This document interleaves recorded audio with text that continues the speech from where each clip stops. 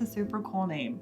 Maxton William I thought was super cool, and that's what we chose. And it fit him perfectly.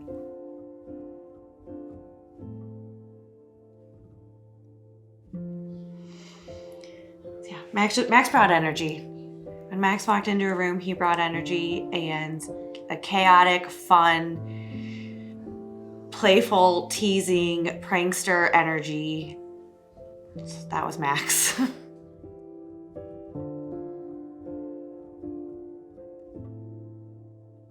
A lot of things about Max were just Max. That's exactly what we would say is like, that's just Max. Like, Max was big, loud energy. He filled the room. He just really was very passionate about what he felt should be this particular way.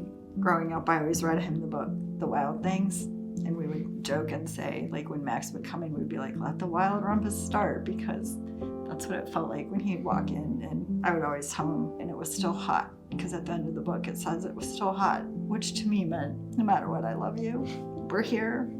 We got you.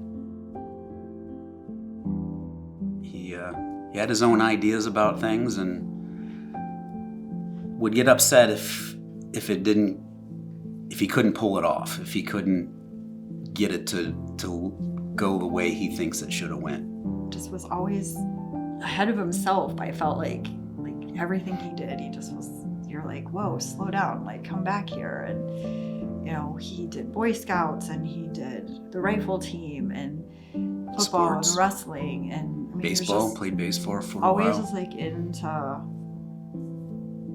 big things, like things that kept him busy and challenged him.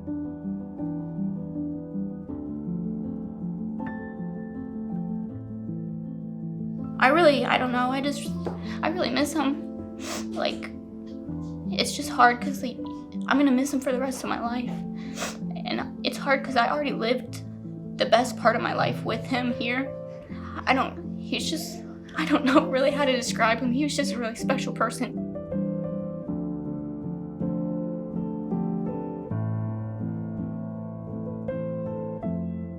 We just recently heard a story about Max. It stirred up a lot of feelings for us because there's so much about Max that we don't know. They're off in the military. You don't meet their friends. You don't get to know them. And he was in Guam, and then he went to Pendleton, and he got assigned to 2-1, and he wasn't there very long. And then they went to Jordan, and then they were in Kabul, and we didn't know these people. And I saw this picture. I was like, oh, that's my son. And then I started reading it, and he referred to him as Pied Piper because that morning he was walking with a line of kids that he just was trying to save them one at a time, get them someplace safe. And I think it really did hit me like, wow, he did listen. He was trying to make a difference. He didn't care where they were from or what they looked like. He just wanted to try to help them.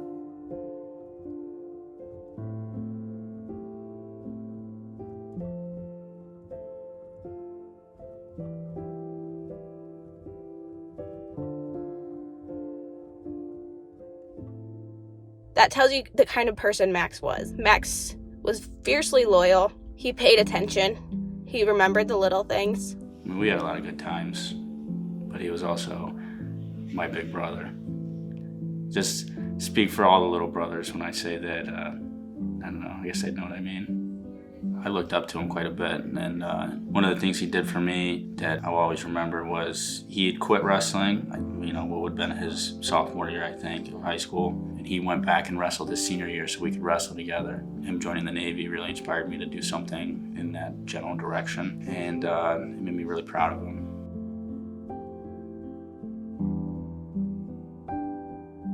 He's a very, very good high school football player. The number one thing that comes to mind for me is toughness and how he was unselfish in how he played the game. And he was passionate. He's what you think of. He's what I think of when I think of high school football. I mean, he's just relentless in his pursuit in playing the game. And, those are the things that come to mind when I think of Max, the football player. Max, the person, was not a whole lot different. He was a heart on his sleeve type of guy. He wasn't, he wasn't bashful about letting people know where he stood and, the things that he believed in. He fished, he rock climbed, he was a huge CrossFit, wrestled, jiu-jitsu, did some cage fighting too for a hot minute, which I was not happy about. Well, boxing was the next thing he was looking into. Yeah. I said, please don't. Mom can handle everything, but if your nose starts to deform, she'll have problems with that. When Max would walk into a room, you were like, Max is here. Like, he's in the room now. Max lived a very full life in his 22 years, and I think that's because he didn't wait to say yes to things. And he just went in with confidence, bravery. That's how he lived his life that way.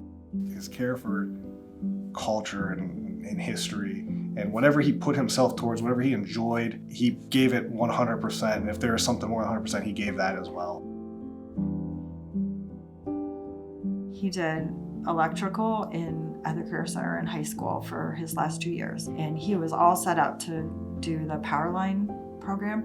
We thought, okay, that's adventure. He's going to be climbing, and that was the plan. He didn't want to go to college. Yeah, he did not. And then the day after he graduated, he had other plans, and unbeknownst to us, he had been looking into that and had kind of set that up. I'm joining the Navy. I'm like, what are you talking about? Yeah, this is Max doing Max.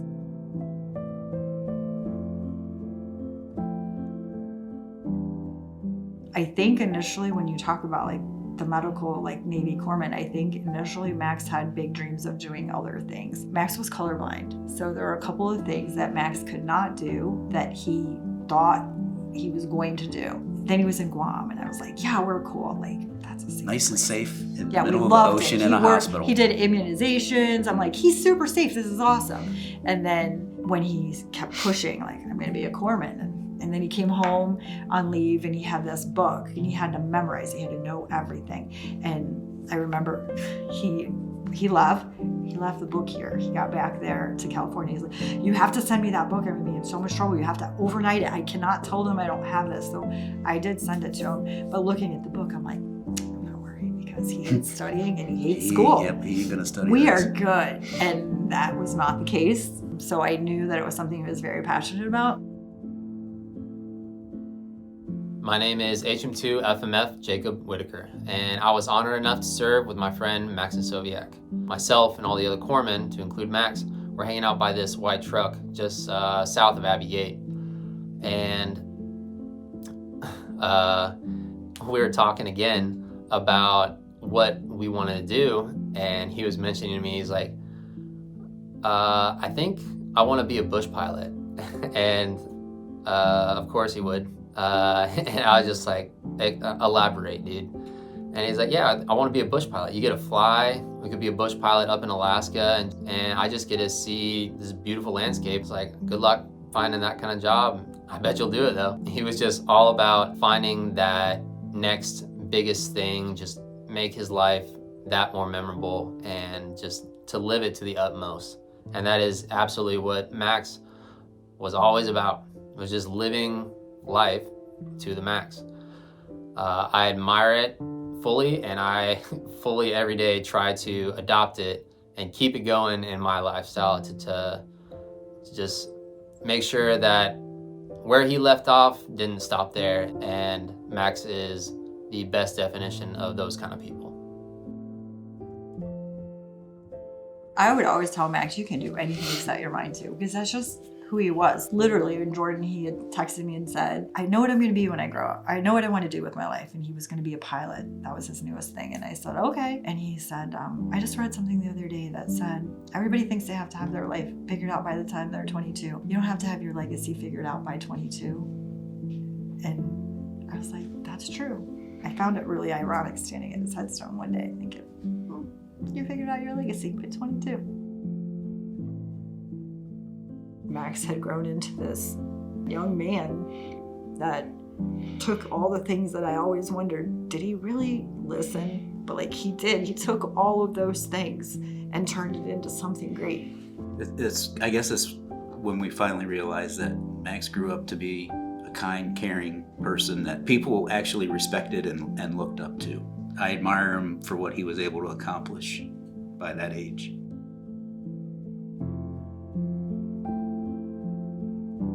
Something we've learned about the military, I think about it a lot when Max said, Mom, don't worry about me, my guys got me. They got us too.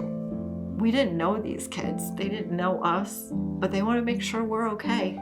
And we want to make sure they're okay. People just started sending money to the bank uptown. Then somebody started a memorial fund. So we talked about it, and we just decided that we'd try and get a foundation going. What could we do to honor Max? Because Max loved many things. So to choose one particular thing was going to be really hard. We decided helping veterans obviously made sense, and we said adventure, experience, and resources. No matter how hard you try, life's still going on. Sometimes I feel like it's quiet now. It is. It's quieter at gatherings now. And it's not quieter because we're sad. It's not quieter because we're not talking. He just brought the loud. He just brought the big energy. One of my kids said it, I wish we didn't have to know how great people could be.